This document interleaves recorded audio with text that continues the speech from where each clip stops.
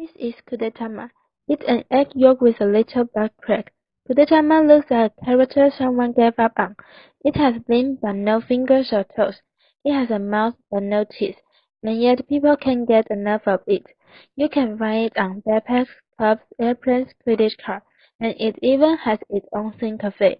The Kudetama cube looks on the driving force behind its insane popularity. Its main attraction is its lazy personality.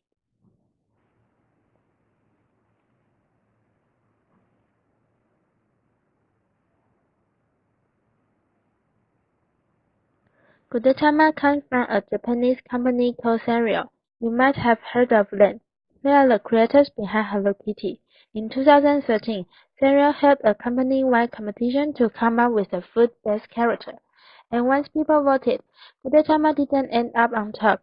Kirimijan, the salmon fillet, came in first.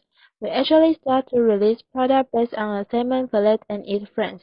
Gudetama, the lazy egg, came in second, but we also released products based on The appeal of Gudetama's melancholy stands in contrast to the American concept of cuteness, which is pretty straightforward. The idea of cute represents goodness and optimism, while pessimism tends to define evil. This is evident in some of Disney's early films. Oh, that do look very gracious! Yes, as you can see, there's a clear divide between good and evil. Villains are usually depicted as unappealing, scary, and old, draped in shadows and dark colors. They are meant to be identified as evil, which means that they can never be cute. But in Japan, there's more a gray area to this. The word kawaii is widely used to describe the quality of being like a child, which means that you can never be cute and lazy at the same time. Yeah, kawaii is a fascinating idea to me. It's a very vulnerable kind of cute. It's sporting-like. It's so cute that you make people want to take care of you.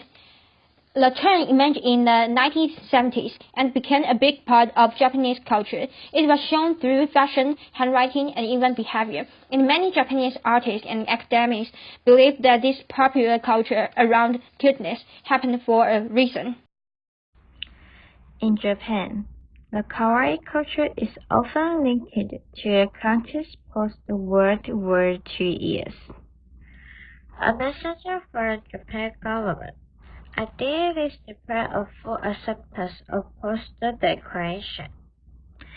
The idea is that because of its trauma and defeat, the country leaned into its vulnerability. And since then, the concept of kawaii has grown and even formed smaller subgroups. This is kimo kawaii, which is sometimes also called girl kawaii, and there's Euro kawaii. Euro means relaxed and calm. According to couturier expert Aya Kakita, this particular group became popular because of the stress in modern society. She points out that in the US, people are drawn to spas and meditation to relaxation. But in Japan, Euro's calm appearance brings comfort to a lot of people. You can also see a shift in some real character throughout the years. Start giving them a personality to make them more relatable. When Hello Kitty came out in 1974, she was more traditionally cute than Gudetama, but she has remained somewhat emotionless. She didn't even have a mouth to smile or frown with, and that makes her more of a blank canvas. She can be whatever we want her to be, but many people feel a connection with Gudetama because of its gloomy personality. This approach to cuteness extends beyond appearance. It evokes a reaction. This character can make you laugh or feel relaxed, and you can relate to them by observing this personality.